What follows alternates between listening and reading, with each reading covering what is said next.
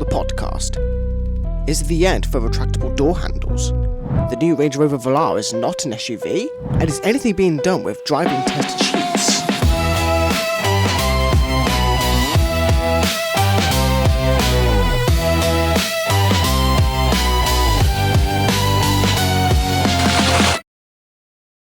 Hello guys, welcome back to the podcast here, the AAS Podcast. Today we are joined by Benjamin Wybrow and James Avent, and today we're going to be continuing on talking about more car news and some new car releases that will be happening soon. So lads, what things are you looking forward to with this podcast? This time not having audio issues. That is true. Yeah, James, your audio is good, isn't it? Yes, it should be all good. We've got it all set up properly, so let's go for it. That's brilliant. And I'm hoping as well, unlike the last episode, we won't have any audio corruption. Or video corruption, for that matter. So, without any further ado, let's just get started with this podcast. So, starting with the first segment of the news. Ben, would you like to go ahead and start the first segment of the news? Yep, so Alfa Romeo, the famous Stellantis company that shouldn't have been Stellantis in the first place, has announced that they are delaying the... I can never pronounce the name of these cars properly. Giulia, whatever that is in the Stelvio. Julia. There we go. We got the avid English expert correcting. So they're delaying the overhaul. It's going to be delayed until 2028. Basically completely starting from fresh, because they were originally going to go with their EV only plan, and they feel like that's not actually going to fit the market, which is something completely against what every other car company is doing at the moment. Especially with, so the two main things that have reduced the pressure for them is the fact that in the US you used to get a tax credit for buying an EV car. That's now been removed, gone, banished. And obviously, like we mentioned in the last episode, the EU softened the zero emissions plan for 2035, so it's not a mandatory thing. So car companies that were originally going to go full EV are like, well, we got no reason to now. They will still be looking at electric versions of these cars, obviously, because there is still the demand in the market, but then they'll also be looking at hybrids and also just regular inline six engines. The rumoured one is twin turbo 3 litre inline six, which will go like shit off a shovel. Nice. Their sales are pretty weak at the moment, according to reports. Obviously this isn't going to come straight from the horse's mouth, but this is people who have been keeping an eye on it. And yeah, the main takeaway is they are going away from EV only, and they're going back to the olden days and making us more petrol engines, which we need. Have you got any opinions on this, James? It's only good for us petrol heads, I think. It's good. I mean, it's interesting to see them deviating away. I think that's going to be good for Alfa and pretty much all the car companies, is to basically have a good portfolio of petrol and electric and potentially other vehicles, other fuel vehicles. But it's great news for us petrol heads. It's this podcast. So, what do you think, Kai? I reckon this is actually quite good, but I mainly think they're just following in BMW's footsteps, because we're going to be talking about them soon. But it sounds like they're doing roughly the same thing, sticking with the 3 litre straight sixes. Which are brilliant engines, by the way, from the Giulia Quadro from that car, and they're basically delaying the electric cars, as Ben just said. It does sound like a lot like what BMW is doing at the minute, so it could be. I reckon it's going to be a make for Alfa Romeo than break, because, as mentioned, the market isn't really ready for electric cars yet, since there isn't enough of an infrastructure, there isn't enough, demand for electric vehicles. It's only the government that wants loads of electric cars to be out on the roads. But I think what they're doing is really good. I hope they do stick with the petrols for a bit longer. not because also because we are petrol heads and stuff, but also because it's going to reduce the demand and time frame for the infrastructure that's going to be happening. So we'll have more time to put in more power stations, more electrical grids, because we all know, whether we like it or not, the electric car is going to be part of the future, and we need to be ready for it. So it's good that they're delaying it, so we get more time to put everything together. Do you get what I'm saying? Yeah, 100%. Yeah. On the topic of EVs, China is banning retractable door handles on, not just electric vehicles, on vehicles in general, but their main highlight is their EVs, because a lot of China is now pure EVs. So starting from January 1st next year, 2027, they will be banning retractable car door handles. The main reason is obviously in a crash or the power loss, they'll fail because they're mechanical. They have to be able to bring themselves out of the door for you to be able to use them, and people aren't going to be able to do that. Like fire service, whoever needs to just try and get someone out of that vehicle can't open a door handle that isn't there. So the regulation is vehicles under 3.5 tons must have interior and exterior handles, and a mechanical emergency opening capability. So that could be a button that's somewhere, or honestly, who knows, because EV companies will still want their cars to look nice, so they'll have to try and hide it somewhere. And that also covers like power off systems, whether doors are automatically unlocked when the car crashes, which is something that Volkswagen does already. So Volkswagen does that, and they also wind the windows down. I believe it's down. Sounds about right. So it helps with obviously extraction in an emergency or opening the doors, and also about safety labeling. So obviously if it's an emergency button somewhere, I'm guessing they'll have to have some sort of label that tells whoever it is where that button is, like how they do it on race cars, like Formula 1 cars. They've got a sticker on there, and one will have E on it, which is the extinguisher, and one has I on it, which is the ignition. So you can pull that, and it turns the ignition off, and the other one you can pull, and that will obviously set off the fire extinguishers. So there's a couple of incidents that have obviously gone towards this change. There have been a lot of fatal crashes where doors allegedly could not be opened. One involving the Xiaomi SU7 Ultra, which is like China's main export of EV at this point. And a lot of criticism that come from those crashes is that hidden mechanical releases were difficult to access, or people just didn't know where they were unless they knew cars, and not everybody is a car fanatic.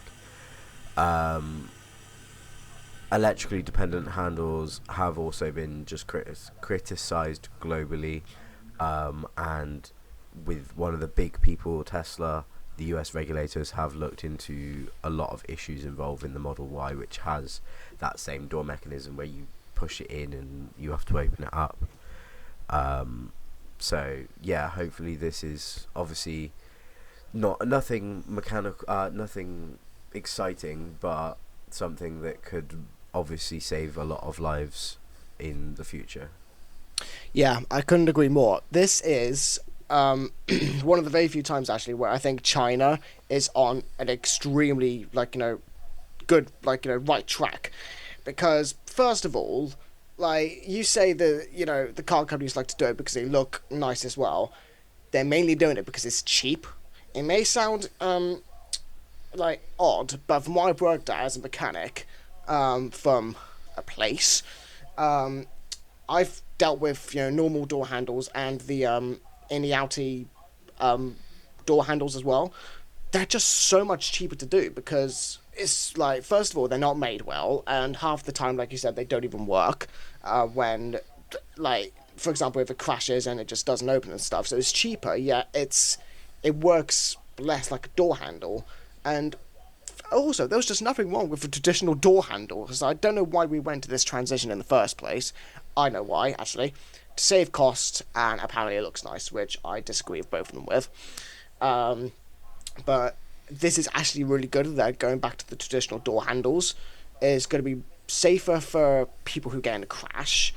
If, something goes wrong with the car and you need to get out, even if you haven't crashed, not only is there an actual traditional door handle, but the fact they're also adding an emergency ejector thing, that's really good as well, because even with traditional door handles, it's not going to work perfectly. As I know, it's not going to work perfectly, so you need a proper emergency system.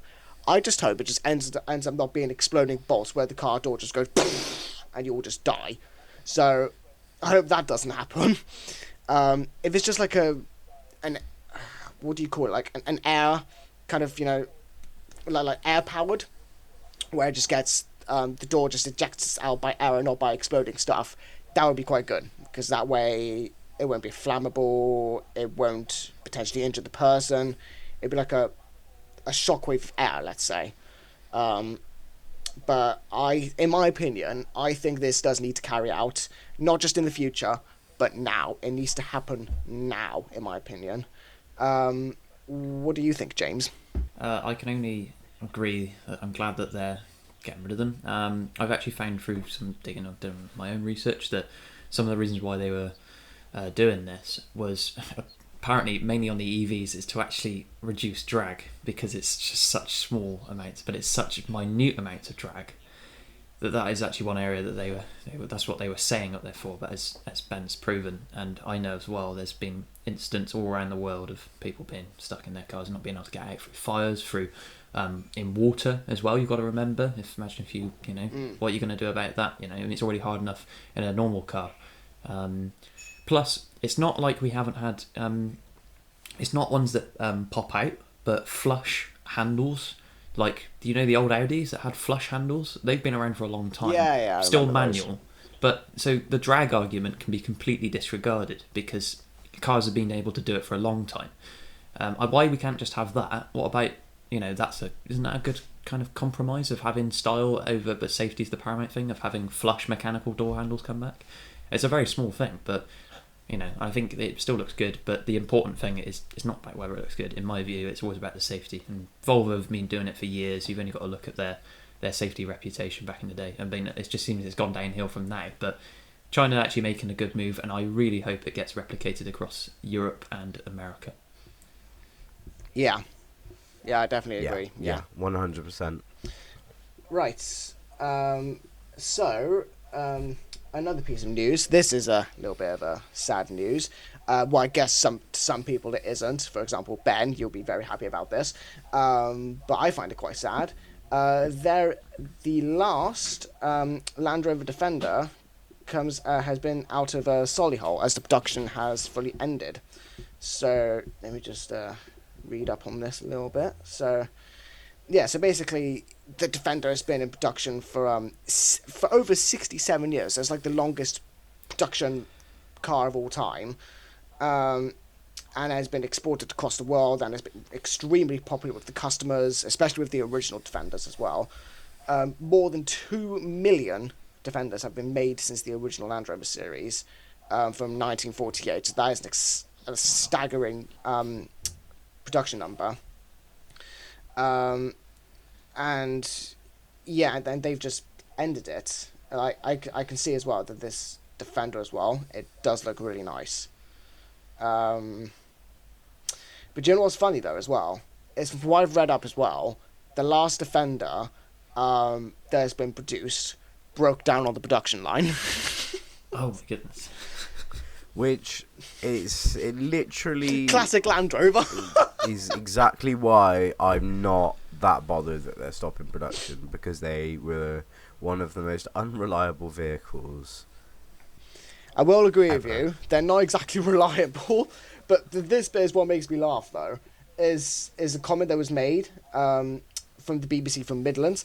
A big turnout of cheering workers and media everywhere accompanied the completion of the last Defender at around 10 a.m.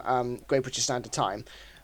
So I could just imagine everyone just cheering And like, yes, we finally made the last Defender. It's so special. And after that, like, just a couple of seconds later, it just breaks down on the production line. Goodness. Yeah, I You got to admit that is kind of funny. I couldn't be that excited over my job, even if it's making there you go. Range Rovers and Land Rovers. Nick Patricia said it was an emotional day, but he'd be proud to tell his grandchildren he worked on the last Defender that's broken down on the production line. Yeah, I wouldn't be very proud about telling my grandchildren, to be fair. I'd just keep my mouth shut at this point.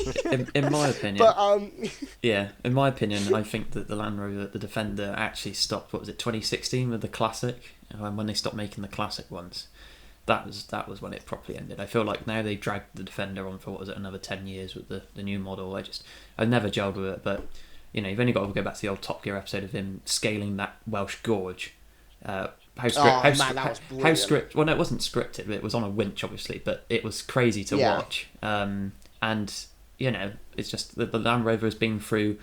Well, what did you say? 1948, Kai. So it's pretty much 1948. So yeah. I mean, it came out of the Second World War, and then it saw many of all the wars between that. It's been used as a vehicle, across the whole world. This is great. It's such a legacy, and it is such a shame that it's ended. But Yeah. what can I say? I guess good things.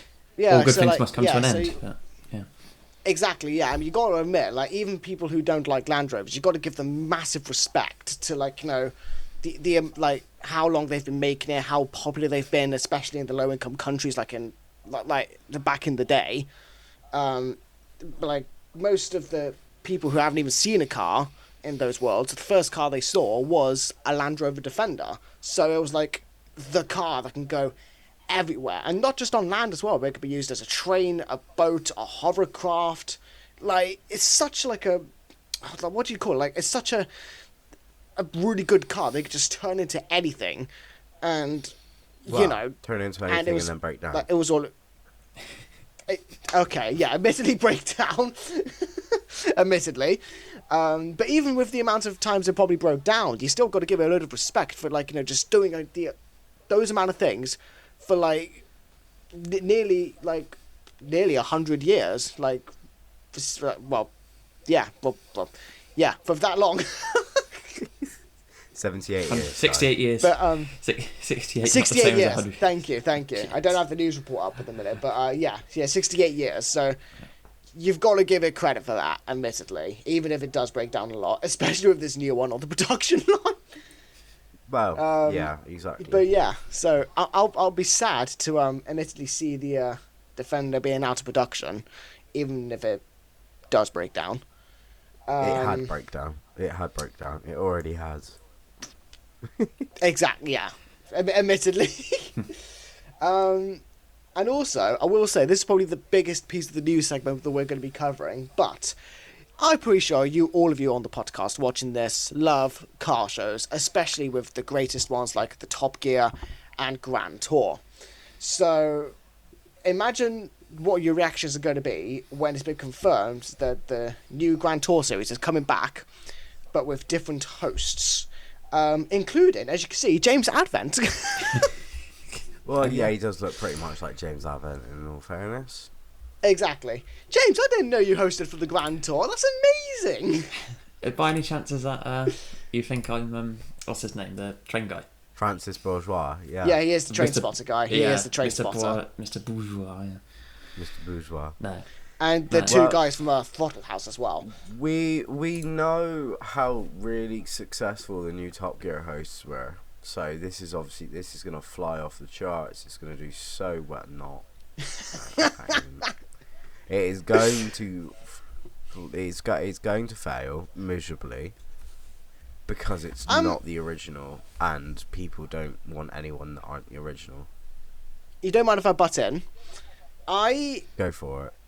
I don't think he'll do as well, but I don't think he will fail. Hear me out on this, because what happened with Top Gear with the BBC? They didn't fire Clarkson. They just ended his contract. But they didn't get his approval or any of the other three's approval on the new hosts they were going to be doing. So they just randomly in a panic, just got together some random hosts, and that's why they failed. And they never really had, you know, TV or video presenting before as hosts. Now, with these three, yes, they are not the originals, so obviously it ain't going to do as well as Clarkson, Hammond, and May. But but from what I saw on the Grand Tour's Instagram, Jeremy Clarkson actually approved of these three. So the fact that he's approved them, does say something from Clarkson's point of view. And also, I've seen a bit of Throttle House recently since I've heard about this news. They've had quite a lot of experience with these, them being hosts. Admittedly, they are American, so it ain't exactly like a British car adventure show anymore. But they are pretty good at being hosts. And then the Train Spotter guy. Now, I was a bit cautious about this because a Train Spotter guy as a car host presenter ain't exactly, you know, like the best mix. However, watching his videos as well, I can see that he is more of a character than him overall. And from what I've seen, they are pretty good at what they do. So as long as they just get along well, like, don't have to force a friendship, but just be themselves and just gradually, like, grow a relationship, you know, like chemically and not forcefully, I reckon he'll do all right. And I don't think he will fail, but like I said, the original ain't going to top it. The original is... I mean, this one ain't going to top the original. I don't know anything about Throttle House, but I have seen, like, clips of Francis Mr. Bourgeois outside of trains, and I know that he has the most elite Honda Jazz going, because it is a pink Honda Jazz and it has a Type R engine in it, and it makes an absolute racket. It makes my car sound quiet, and I think... I saw that video with his girlfriend. He had to put ear defenders on. Yeah, and I think that... that says something. Yeah, that gives him immediate access to that, but it's still not the original three. So yeah, I agree with Kai. If they can build up their own natural relationship and not try and just copy the other three, then I think it will be okay. And don't have it obviously scripted, because that's something that the original trio was very, very good at. Was even though it was scripted, they were really good at making it not look scripted, and I think that's what these three will have to achieve, because people don't want a scripted car show. It makes no sense whatsoever. No, I agree. James, opinions? I think, I mean, I said I don't know much about Throttle House either too much. But yeah, no, watch the Francis Bourgeois, his own video on the amazing, the Jazz. It was pretty incredible. But here's a point. Why didn't they just think, okay, we got these good, these guys are really good, and I know that they're leveraging, the name and the branding of the Grand Tour, like the last host did with Top Gear, or tried to. Why couldn't they just have another car show, like a new car show with a new name? Why has Amazon decided to? Well, I know why they've decided to. It's because they're going to try and use that name to leverage their success. But yeah, they've already got the PR, and they have the PR. But it's just, and I guess they just, because they probably have so much money from that and all the income, that they think, oh, we're just going to. It's not even a risk. We're going to just do it. It's an opportunity to them, not a risk. But if I was in their shoes, I'd be thinking, like, I feel like, why didn't they just change? Why couldn't we just have another name for it? But I sort of see the balance of what they're trying to strike. It's just, I don't know. As you both alluded to, it could. I don't think it will. I can't see it going really, really high, like Top Gear did. I mean, Top Gear never also took its time. You got to remember that the original Top Gear did take its time to get good. It didn't in 2002. Yeah. The pre.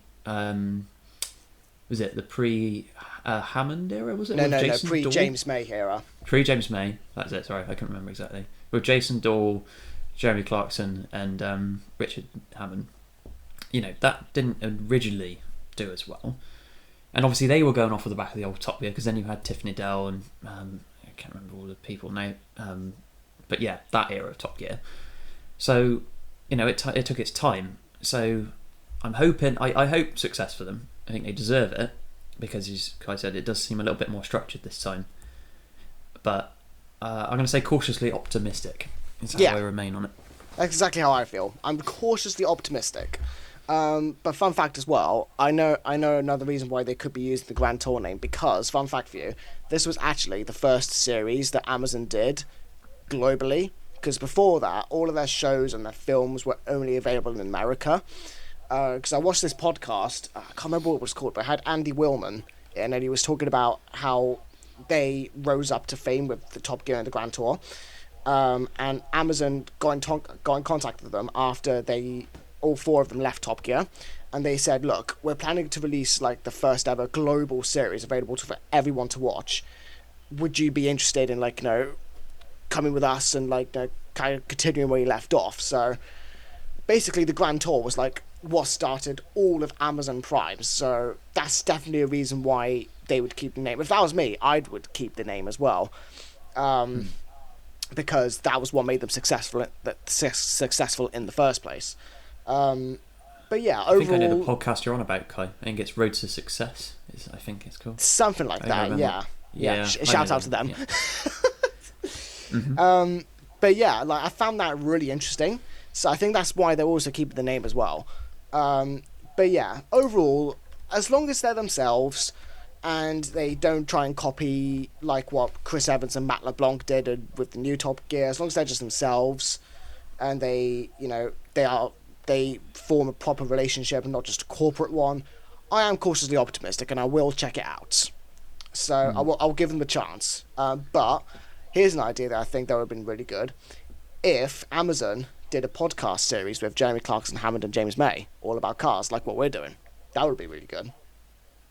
I don't think they do it. I don't think the trio would be up for it anymore because, they're all kind of gone off on their own thing. Clarkson's doing The Farm and Who Wants to Be a Millionaire. Hammond is... Smallest cog, yeah. He's got actually, yeah. The workshop. Yeah, and he's good doing his own thing. May's got all the other 500 YouTube channels that he's doing now. and owns a pub and needs to keep on top of that as well. Pretends to make gin. Yeah. Well, his gin channel is all about just car reviews at this point, so... That's true. Yeah. I ain't complaining, but, Yeah, so they've all got their own things, so I don't think that they would be up for doing something like that, to be fair. I know the reason why they... Yeah.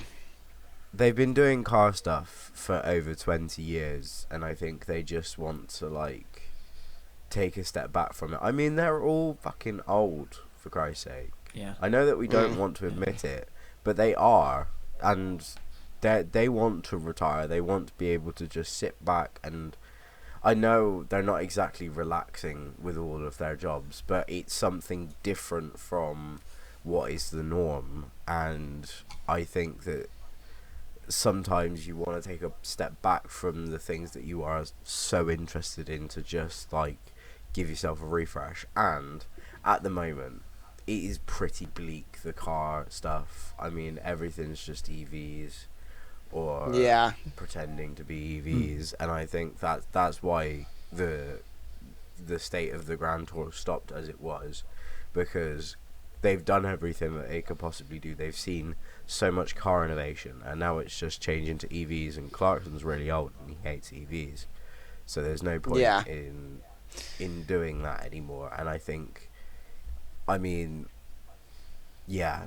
would have to still have a whole team behind it, and I don't think Amazon's the type to be doing podcasts either, because that's fair enough. It's not profitable whatsoever. I know what is profitable. James and Jeremy's the speed of different birds. Speed of birds. Yeah. That would fly off of Amazon's money thing. And then Hammond just complaining in the buttons. Yeah. Well, anyway, that's the new Grand Tour hosts. James, would you like to continue with the news segment? Yeah, sure. So what have I found? Mine are more about the UK. I've got one potentially good, so I just want to hear your feedback on it. So, the UK government, have announced a local authority map with road maintenance ratings, which gives you a red, yellow, green system, basically looking at the state of the roads in England, which is quite interesting. I mean, it doesn't really allow you to really drill down on the details, which is a bit annoying, but at least we're finally seeing where the where's the areas.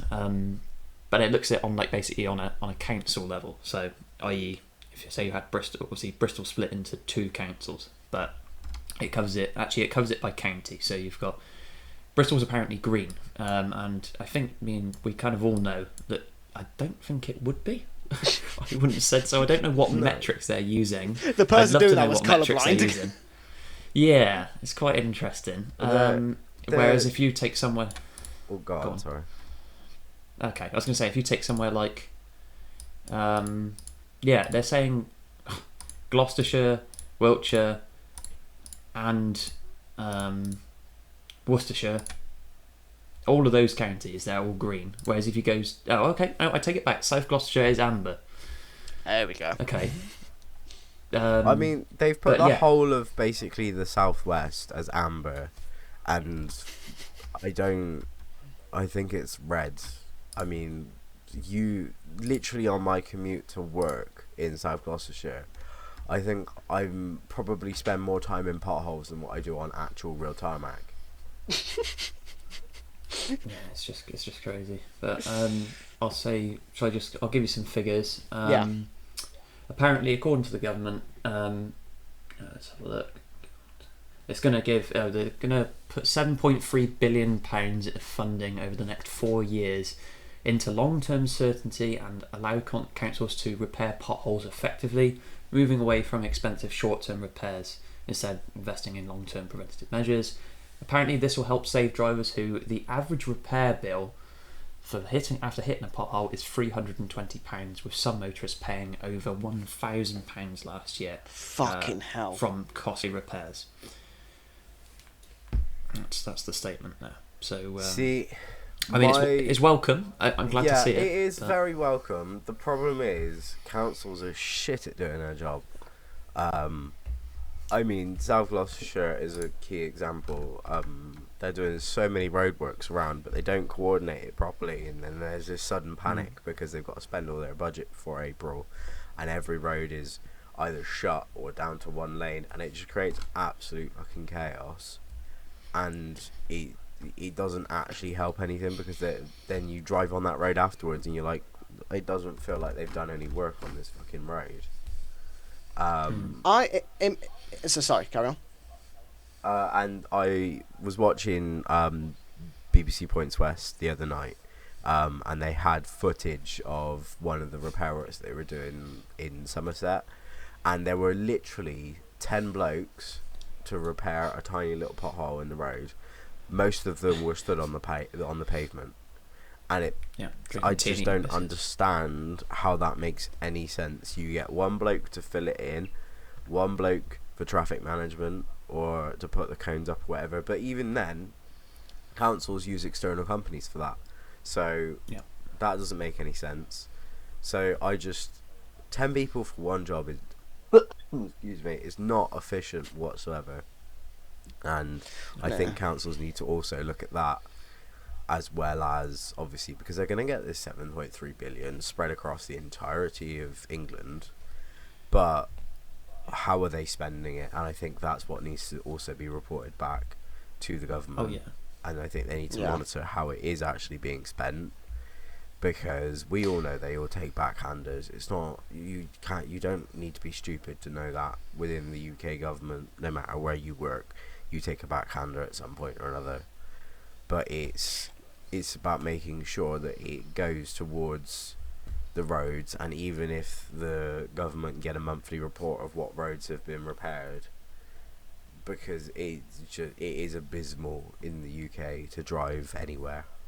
Yeah, can I just butt in for a second? My opinion, in my personal opinion, is all well and good having all of these colour-coded, things to show how bad the roads are, but Do you want to do something even better? Just fix the roads in the first place. Like I know it sounds stupid, and if it makes me feel like it's like a simple thing to do. I know it's not simple, but if you're saying that it's all red and amber, don't just report it. Actually fix it, and don't just like make it a law for loads of the councils for the UK. So I know because you said South Gloucestershire Council is shit. So I know they're not gonna want to do it, or they're gonna do a bad job at it. There needs to be like a I'm going to diverge off a little bit here, but in food markets and restaurants, they have the best hygiene for food. What they should 0 to 5 scale. Exactly, they should do something similar to that. They need to if the council's going to repair the road, the government needs to make a law to them, basically saying you got to do it within this kind of specification. You got to aim for a 5, but a minimum requirement of a 4, and this is how you do it, and that kind of stuff. Because like I said, it's all well and good just reporting it. Just fix the bloody roads in the first place. Because I'm in Worcester. I'm not going to dox myself, but it's somewhere in the Midlands where I am at the minute. It's the roads are fine, but I used to live in the southwest of the UK, and the roads, even when I wasn't driving, when I was a kid, they were a lot better than what they are now, and that's because the councils have a neglectancy recently of just trying to do a proper job. So there needs to be a law for the councils to make sure that they're doing a good enough job as it is, because if we don't enforce that law, I feel like they're just going to find an excuse to do it cheaply, and we're going to be in the same spot again. It might be me sounding like Stalin or something, but I feel like there needs to be some sort of proper enforcement on this, so we don't. Basically, our cars don't break a lot. I mean, what's your opinion on that? Yeah.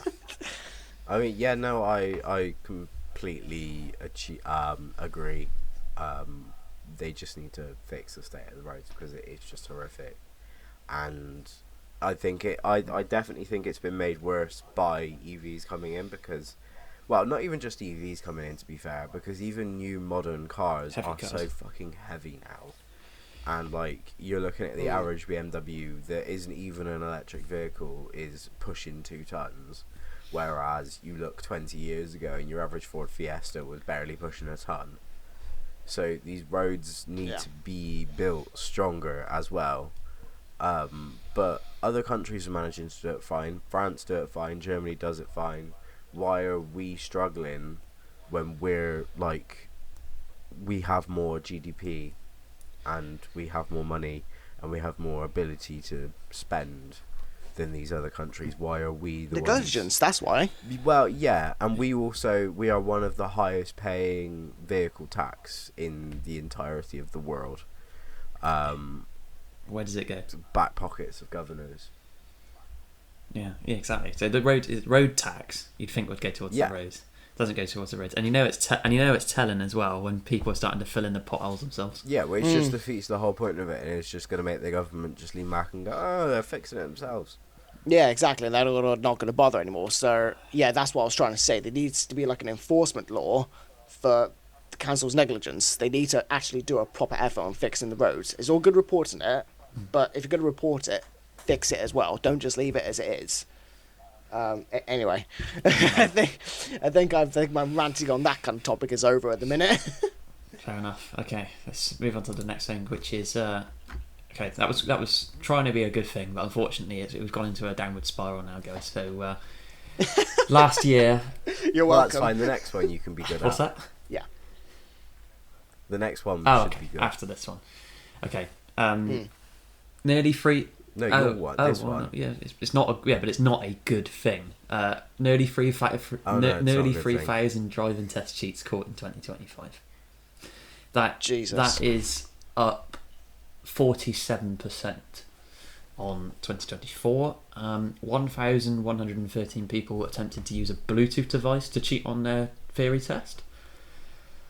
So in the classroom, probably having some AI or some just information going through their ears or something, but obviously got caught. 1,087 people impersonating the registered candidate for a theory test.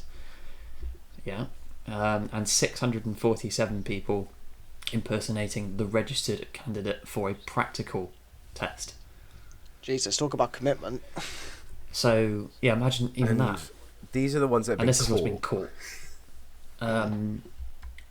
Let's have a look.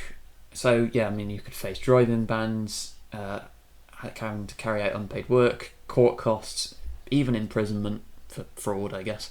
Someone was jailed for 2 years for repeatedly attempting to use a Bluetooth device.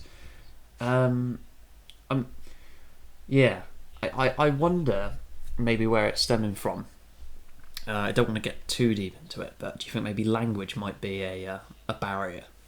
Oh, 100%. It's people paying people that they know because they don't understand the words enough, but they need to be able to drive because they'll be our next Just Eat drivers and the Deliveroo drivers of the world. Yeah. Yes, with names like, I'm going to just say them, Ali Rasool and Qunain Khan. Brilliant. It does make you think, doesn't it? That's all I'm going to say. Yeah. It makes you think.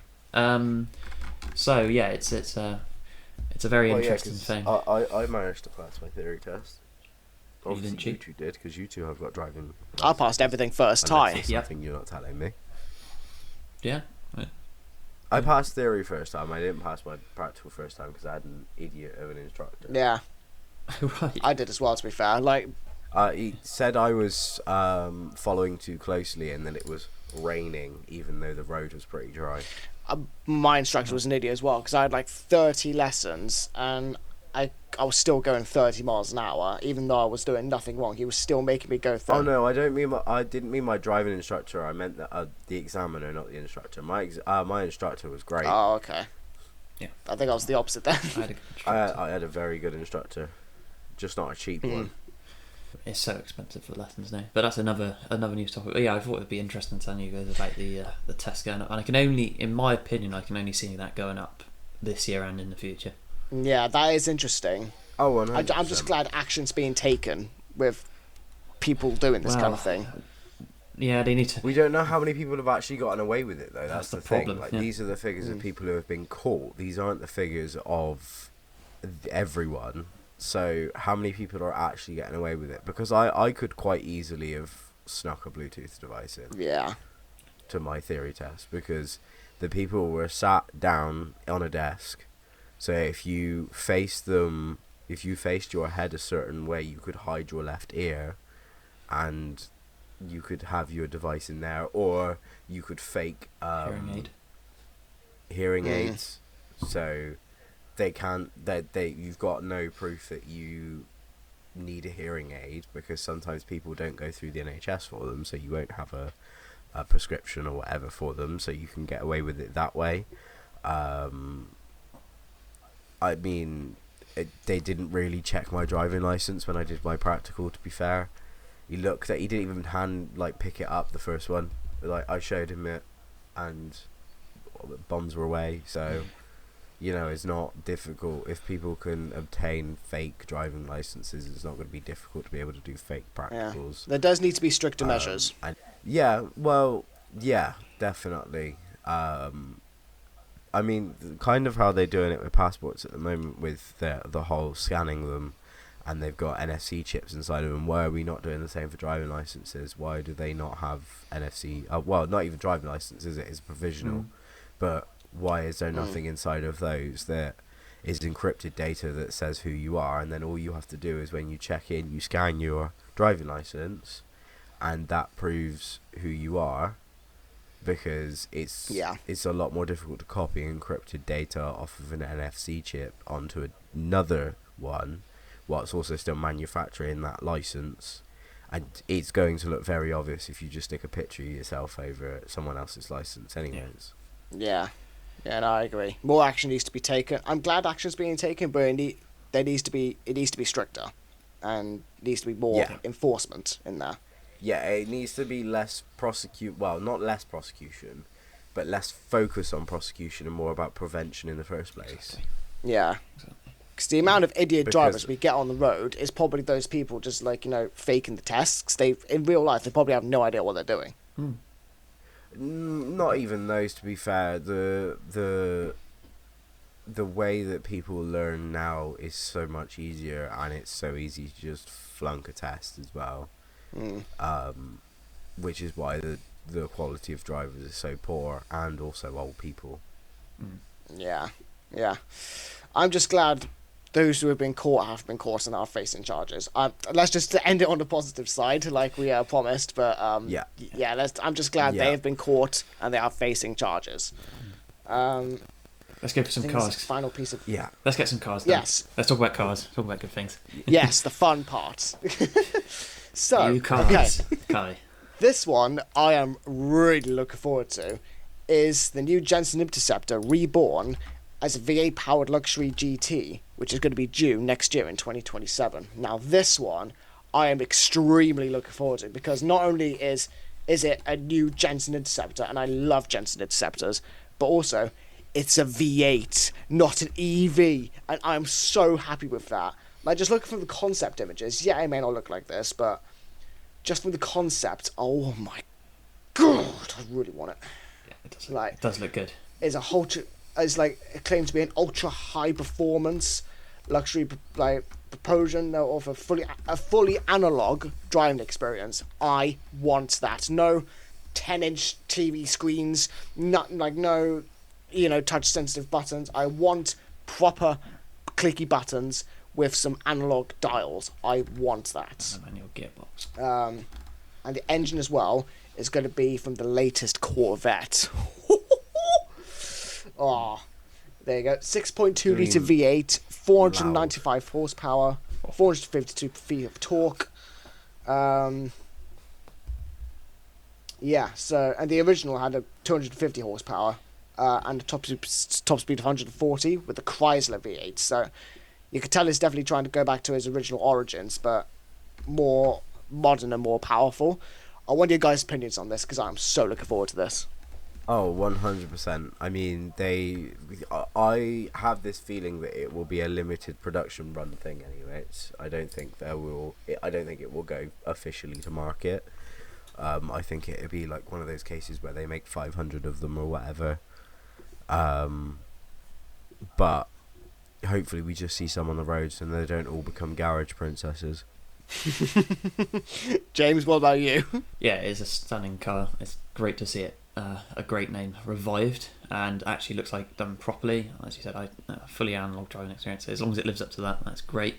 I think Jaguar could have done some, like, this is what they could have done. This would have got them better. Oh, 100%. If they had played this card, let's say they bought back the what to say, it's not XK. even this, but they just bought like an E-Type and then thought, we're going to do this properly. Obviously you had the F-Type, but you know what I mean, like taking an old name and doing it right is how they could have, I think, how they could have got their business out of the ground. But anyway, different thing. But anyway, super looking forward to it. Yeah, because I'm just glad that, because you know how companies are like trying to revive old names, turning them into electric crossover SUVs. Well, Jensen is doing it properly. It's like a proper GT luxury car, V8, analog. That's like the basic things you can do to revive a brand like this, and they are carrying it out with it. And I want one so badly when it comes out. Yeah. It's probably going to be really expensive, and like Ben said, limited in numbers. But I do not give a fuck. Well, if you win the lottery between now and when it's released, you can have one. Yes. I will never win the lottery. So not if you don't play it. So the next one, this one's going to be a lot more controversial, but I've looked up a lot on this one, and I'm actually kind of looking forward to it. And I'll play the video in the edit as well, because they've actually done a video of this. But the new electric M3 that's going to be releasing, I believe, next year, or the fully electric one in 2027, is going to do what the Hydronic 5N did, by making it sound like a gas-powered vehicle, and it's going to have the flappy paddle gearbox as well. Now, I've had a look at the video. I think all of you have checked it out, but like I said, I'm going to put it in the edit. But they've basically got the engine audios from the E92 M3 V8, the E6, I believe it's the E60 M5 V10. Oh no, hold on, no, it says here. the E63 M6 with a 5.2 litre V10, the E92 M3 GTS with a 4.4 litre V8, and the 3 litre inline 6 from the normal BMWs that we have now. From what I've read up, it looks like they're combining all of those engine sounds into a unique sounding petrol car, but it's going to have some electric motor kind of whining in there to make it more modern and more sci-fi, let's say. But if I were to ask, the only thing for this is if we had the sounds separately, so we could have the normal inline 6 and the normal V8 and the normal V10. Not it'd be good combined, but gives the option to separate them as well, because I'd love it. Like if I had my I think new you should be electric. able to have your own custom sounds as well, just for the people that want their BMWs to sound like real farts. I mean, okay, hear me out. I disagree with this because it's going to take a lot more engineering and a lot more electrical coding, and all of that's just going to go wrong. Just something basic, and thankfully it's from one of the most iconic sounding BMW engines. It's a BMW. Something's going to go wrong anyway. So yeah, the last thing you want may is as well be for in the more sound things system. to go wrong. But they're putting in the paddles as well, so like the Hyundai 5N, so you can have gear shifts. Now, as you know, I'm not a big fan of electric cars, but this I am excited for because I love BMWs, and from what I've seen from the concept images as well, I'll put up some pictures of that as well. The new concept images of the Neuro Class design, I think it's called. It looks really good. It's like they're trying to hark back to the original with the thin kidney grills, but in a modernized kind of way, which looks really nice. If they could pull this off, this could be game changing for the electric car market, in my opinion. Not just for BMW, but the whole electric car market. What are your opinions on this, you two? I like where it's going with it. I don't think it's going to change a whole lot with the car market like you think it's going to, because I mean it's nothing new. Fabricated sound was done with the Ioniq N, and it was done with the Dodge Charger Daytona. People like the Ioniq. Well, they don't, in all fairness. People that are happy with EVs like it. People that aren't happy with EVs don't like it, because it's like, give us a V12 and not 12 volts, because they think they're really funny. But I think if a big company like BMW does it, I think maybe it will be a make or break, to be fair, because I mean, not everybody has the same outlook on it as you do. Everybody just wants petrol because they don't like change and they don't like the future, and because there's all this horrible stigma around electric vehicles with the government, their brains go, oh, EV's bad, when actually, if we still have the mix, like the first article that we said about with Alpha, if we still have a nice healthy mix, people can enjoy electric vehicles and hybrids, as well as still enjoying their petrols. Yeah, because I think with the I think. Yeah, sorry. But I think with BMW, if BMW is gonna go full electric, I think they're just gonna lose people anyway. I think we need a nice healthy mix of. Well, from what I've known, just quickly, because I know I want your opinion on this, James, but just quickly, from what I've heard, the next model of the M3 and M4 is also going to have an ICE engine in there, the straight six, like normal, and then they're going to have the electric one. So I know there is another petrol version coming with the new look and stuff, but I think that's towards the future, I think. So maybe the next electric car they do along with the ICE vehicle is going to have those options. If not, it's going to be the one afterwards where all of their lineup is electric. And if people don't like it, you can just turn it off. It's as simple as that. Anyway, sorry, James. What are your opinions on that car? Yeah, I've watched the video and I was hearing some great. Yeah, the petrol signs were excellent, but it did make me a bit sad, thinking that just feels like an era that is gone of BMW. That is like, that was that. I like that they're trying to bring it in, and like with the Hyundai as well, with the artificial sounds and the artificial gearbox simulation and all this.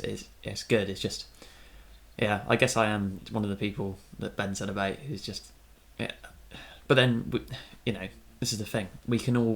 People should still be able to enjoy their M3 GTS V8s, their V10s. They know the cost of running them. Fine, that's for them to deal with. But, just saying no and then forcing people onto that, I don't think that any of three of us would really appreciate that, saying that here's an M5 V10, here's the simulated V10, you have to have the V10, we will do everything we can to not make you have the petrol one, would probably upset us all. I think that's fair to say. I know it's a technology that will probably, it may help, but it's a niche. It's a niche, and it's interesting to see. But I do feel like it's trying to be something it's not, and it's just very much a concept idea. And I agree with Ben. It's a make or break situation with that. But I think for BMW to stay competitive with the Alpha, especially the Alpha stuff, they're going to realise soon before long that they have to have a blend of petrol. I mean, even diesels are coming back, but I'm going to talk about that in the next episode. Petrols, diesels, hybrids, then and then electric, and then other combustion things, which we talked about in the pilot. Having a blend keeps a lot of people happy. Yeah, I agree. Yeah. I agree. Speaking of engines, let's move nicely on to Ben's car that he's looking forward to. So, back in January, it's been a little while. But back in January, the Toyota exec Tomoyo Takahashi, has confirmed that a new mid-engine sports car is coming to the Toyota lineup. Obviously, it hasn't been confirmed that it's another MR2 or whatever, but everybody is like, yeah, hopefully an MR2. It's still a long way off, according to Takahashi.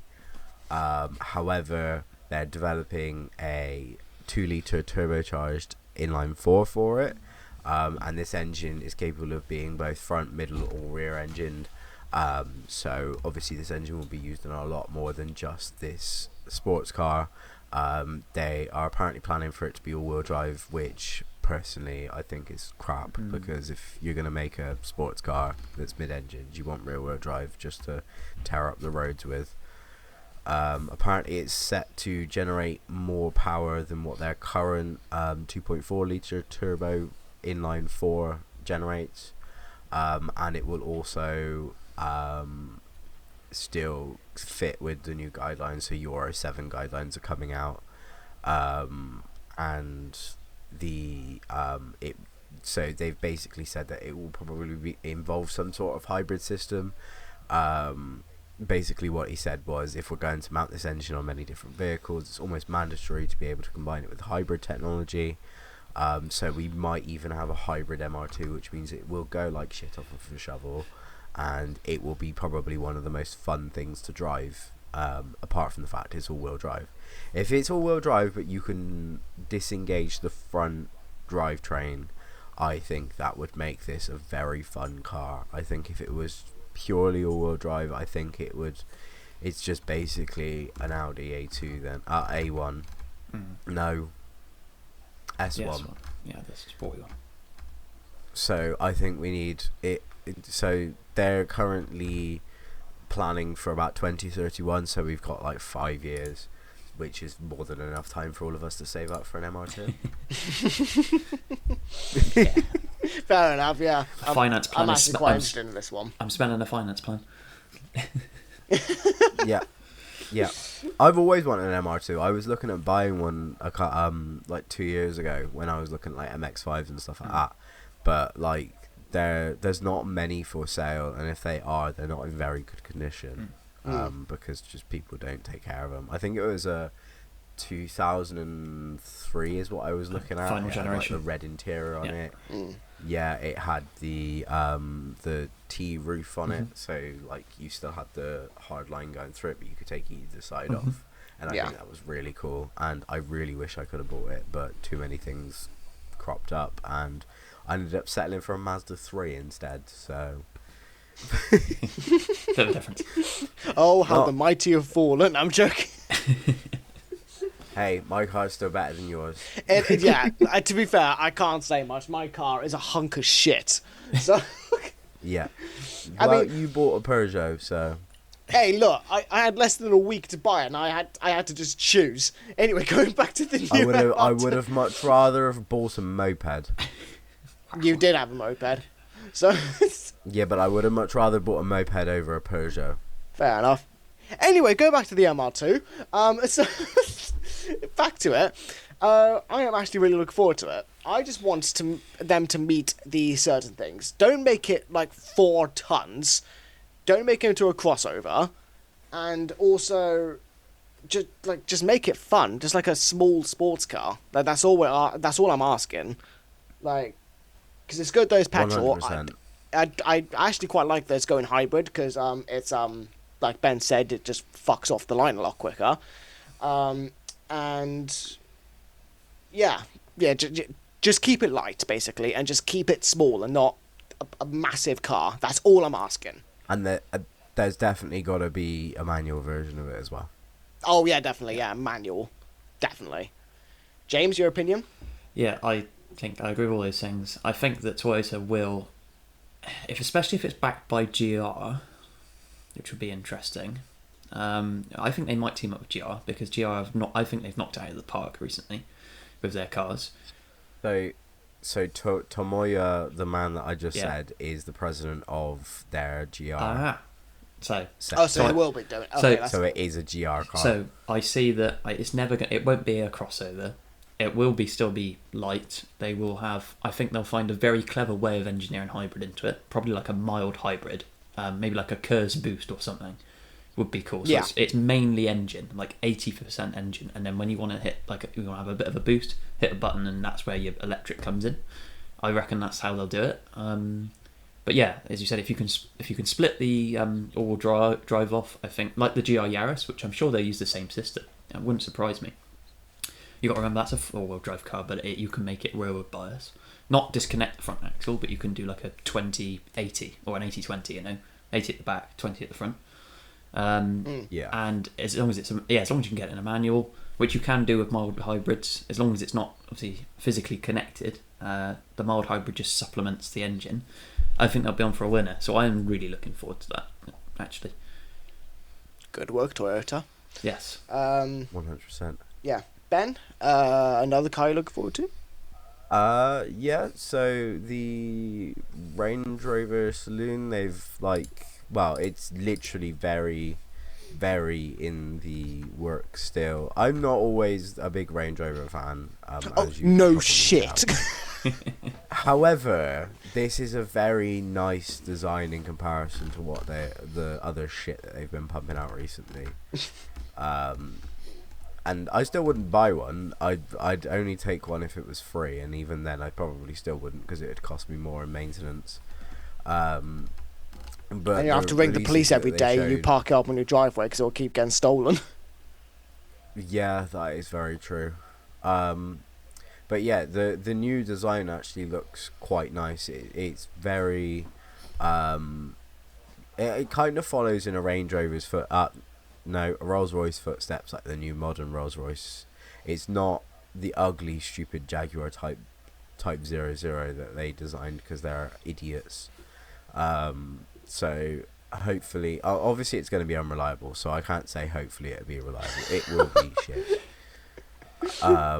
Because it's a Range Rover and it will break down and Kai will see them every day. But hopefully we get something nice and it's not an SUV because I'm fed up with SUVs and crossovers now. I will say I'm cautious about this because this will be the first time basically we'll see a Range Rover that isn't an SUV.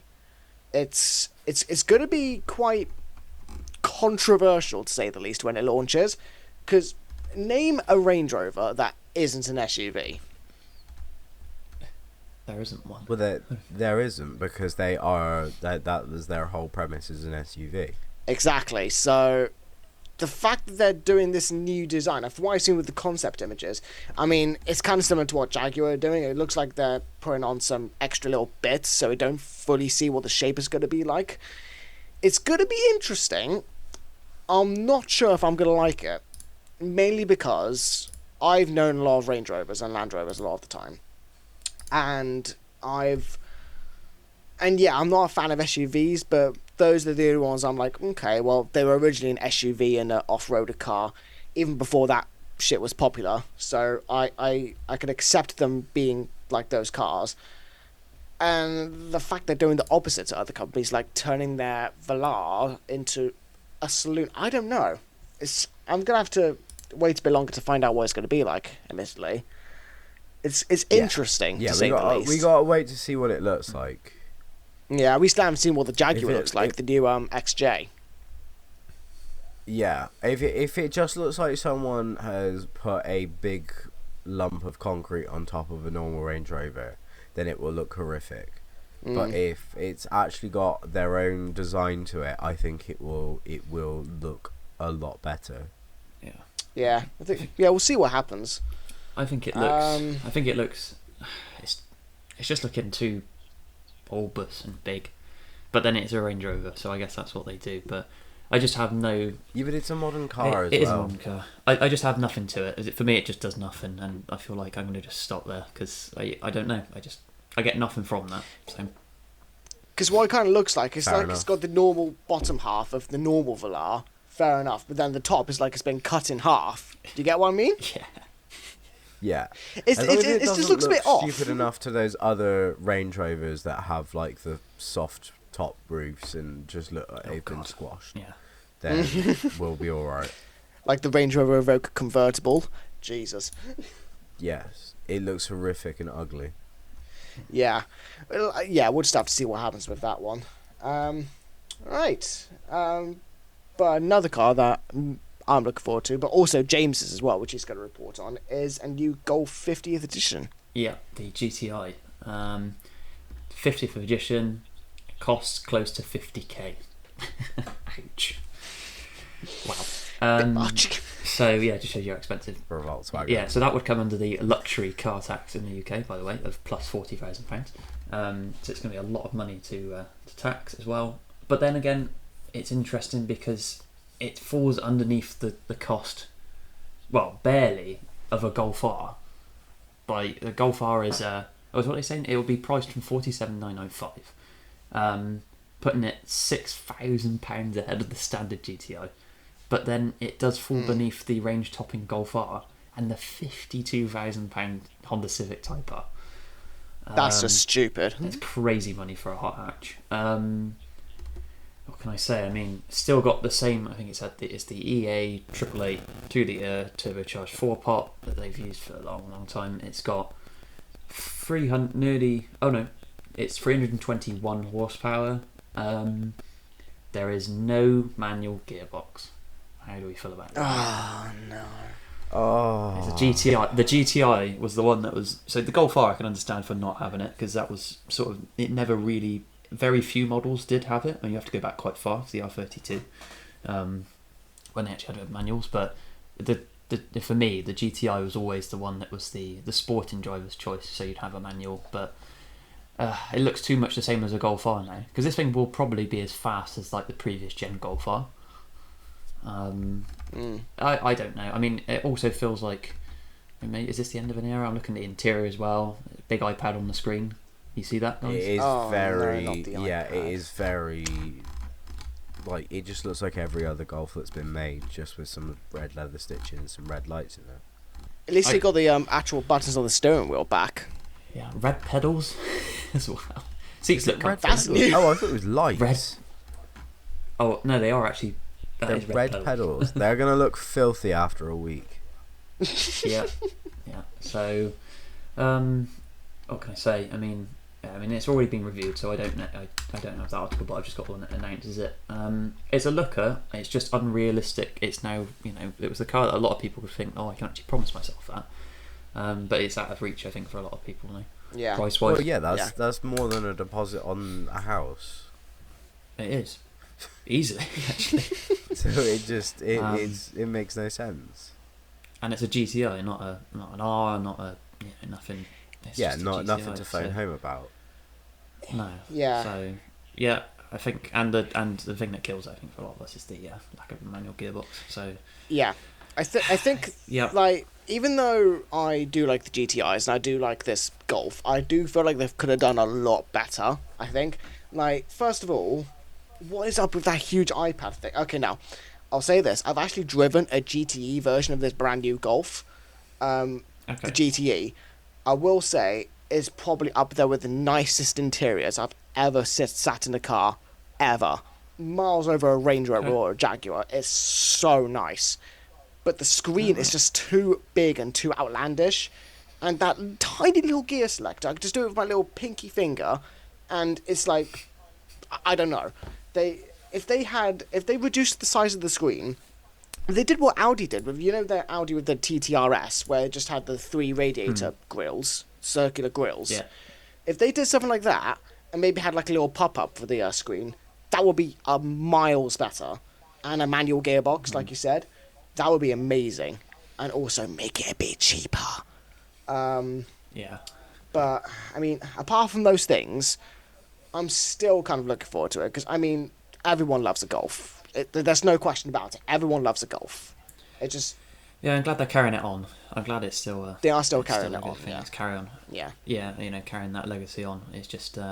well, maybe they'll renounce this one, and then maybe the next one, maybe they'll listen to their feedback, and, maybe we might be unlucky and get a manual. But I think it personally peaked of, like, I don't know what, like 2017, 2018, when you had, like, the club sports. I liked those. They're good. Yeah, 100%. Yeah, they're nice. But unfortunately, they also pick up a reputation by the people who drive them. But Well, yeah. those ones, yeah. There's no dodging around the fact. There's no... Yeah, you can't get... Unfortunately, you can't get that. But yeah, final article? Yeah, final article. Let's go for it. So, this is a... it's a reimagining of a car of the original Series 1 Lotus Esprit. And what they do is they take the car and they will do it for you. So it's basically we are doing the resto mod for you type of fare. It's very limited run, hence the price. I guess obviously you could take your car there and then it would be cheaper. How much is it? But if you want one out the gate, it's £430,000. What? That is way too much money. Fuck off! Nah. But do you know how many cars there will be? Which maybe makes you understand it a little bit more. 50 or Oh, something. it says 50. Yeah, it's 50 planned. I don't care if it's 2 cars. 430,000 fucking quidders for a Lotus Esprit. Come on, man. Yeah, nah. I mean, yeah, it's basically a lottery. I'm going to call it a lottery car. Yeah. Because it's the only time you're going to have it, really. But there is you'd hope for that cost, because we're on pars. But then you've got to think that's probably on par of like a modern Lambo, probably, like not far off. Well, I know the new pretty sure Countach from Lamborghini. That was like over £1 million. So Yeah, what about but that was like domestic? the actual car. Lamborghini, so like your average 2025 Lambo is about £500,000. Okay, so we're around that ballpark. So, and I think if you're the petrol head, obviously I know that you still get, what is it, that V8 with the really high revving V8 now, isn't it? They moved away from the V12. Whereas I think obviously the Esprit always had a V8, but this is like from the ground up properly done. Every bit of attention that they've tried. I think. What's it got then? So it's completely rebuilt original engine. But they have taken, so they took the very late Esprit, the Series 4 engine, which is a 3.5 litre twin turbocharged flat plane V8. It's got 400 horsepower, so which you might think, oh, that's not a lot nowadays, but I think you've got to think that the car is 1,200 kilos wet, so it's a really light car, and I think it'll fit a nice balance. So it's got the same power to weight as a 2018 Aston Martin Vantage, and I think it does look stunning. It does brilliant. look really good, actually. But yeah, as you said, I mean, it's out of reach for so many people, and it's just an exclusive club. Sorry for getting into it, but yeah, I feel like it's nice that they've paid every homage as you'd expect for that cost. And obviously you'll be treated like a king if you bought one. So if you bought one of these, you've got to be a king with the amount you've got to pay for that. Oh yeah, exactly. So yeah, there we go. What's your thoughts, Ben? I mean, I'm not. I haven't ever been like a Lotus major fan like you, who would probably sleep in a Lotus if you could. Yeah. Personally, I think if I had one of these and I had 40 grand, I would go and take it to the smallest cog, get them to restore it, because they'd fuck it up and I'd get it for cheap. And then And you get to meet Richard Hammond. Yeah, and then I get to meet Richard Hammond, and then I could use the remaining £350,000 to probably, I don't know, go and buy another one. And then get that fucked up again, and then to get it for cheap again. Yeah, I But it is interesting when you. I could probably then go and buy a 2-year-old Lamborghini and have more fun. Life hack. Maybe. Or I could buy a house. Yeah, just buy a house at this point. Yeah, but then for all the cars that we love, your Countachs, all of that, you could just use the house argument on all of those. So that is true. We're a car actually, channel at the end of the day, so we got to push the cars if you want the yeah. car. No, I do get that. I just think that you are taking a classic car, like a 40-year-old car, and you're giving it back to Lotus.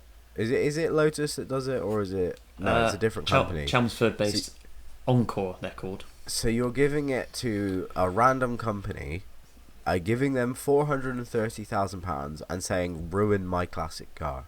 You say it's not just a random company. I will say that the director of Emira is the person who designed the new Lotus Emira. Wait, the director of the Mirror newspaper? No, Emira, the Lotus model. Emira. The Emira. Oh, yeah, not the mirror. No. Okay. Yeah, Dan Durant is who was responsible for the exterior design of the Lotus Emira, and is also doing this. So as a sort of side project. But you're still taking a classic car that is probably worth 25,000 in itself. You're spending £430,000 to get it remastered, and no one will want to buy it because it's not the original. It is difficult to talk about, actually, because I mean, with my opinions on this car, I'll start off with the positives. It does look beautiful, I will say. I can't deny the fact it does look really, really good. I'm glad it's keeping the petrol engine, because if it goes electric, I will kill the person who ever thought of the idea of that. Although the negatives, okay, first of all, 430,000 fucking pounds. Yeah. Second of all, I do have to agree with Ben on this. It does look good, but if you are going to take a classic Lotus Esprit and get it remodeled, it'll probably lose its value faster than a falling grand piano. It's not going to be valuable. It's going to be unique, but you're not going to gain money from it.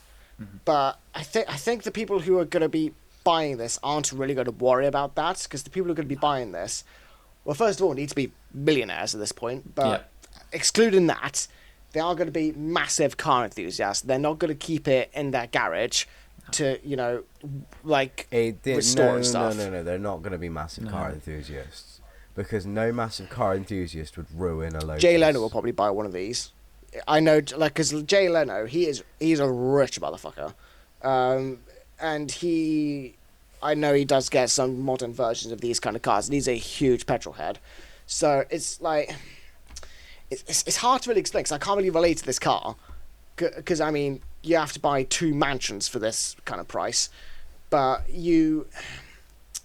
I feel like I don't think it'll be a car that people will keep in their garages to wither away and just try and hope to get money off of, because it will depreciate faster than I'm not going to say that. It will depreciate fast. So, because they know that, they're going to probably start driving it and take it to car shows and stuff. So it's going to probably be like a car show, petrol head kind of person with a lot of money. That's my guessing. More than likely, yeah. I'll leave you with a tidbit that I'm looking around at markets, and an original Series 1 Lotus Esprit is someone's asking £95,000 for. Fucking hell. Shit. So, what does that make this car then? Well, no, I mean, you give them that, and then I don't know how much the work would be then to turn it. It won't be up to that. What they're saying is they'll sell you, a completely done model for 430,000. So I do feel really bad for bursting your happy bubble about this, but no, like that's I said, all right. No, that's fine. I do really like the look of this car, and I do like that they're keeping the engine in there. So that is all good. But I never knew the original was asking for like around £95,000. So if it was me, I'd just get a classic and just get a whole engine done on it, and I'll still be better off than getting a whole car done and it's depreciating very quickly. That's just my opinion. Yeah, buying the classic and then getting the restoration done on it makes a lot more sense than buying a classic or owning a classic and getting someone to basically completely rebuild it so it doesn't look like the original car anymore and it looks like a kit car instead. I do wish the best for this company, but I doubt it's going to do well, if I'm honest. I hate being negative, and like I say, I hate bursting your bubble, James, but I do wish all the best for them, because I know they're trying to do something good. It's just they should have kind of left it, if I'm honest. Fair enough. All your opinions are welcome. That's why we do this podcast. So there we go. Well, yeah, we have controversial opinions. Right, I wouldn't go that far. I wouldn't call it shit. I'd just call it a waste It's not of shit. money. It's fucking shit. It's just completely It's unachievable. money. And it's an interesting car. I'll say it's an interesting car. Fair enough. Yeah, I mean, that's one word for it. Yeah. All right. I think that's all of the stuff down there. That concludes all the new cars and the news. That concludes this podcast then. So, I hope you guys enjoyed us ranting and screaming about car prices and that Lotus and, everything we've been talking about. So what have we learned so far? We've learned that the British government is very negligent on the roads. If someone who wants to buy a Lotus Esprit for £430,000 is far better off than just buying a house and possibly buying a stripper. I think that's all we've learned for today. So I hope you all like this podcast. We'll catch you up whenever we do this next podcast. So, see you all, guys. Bye-bye.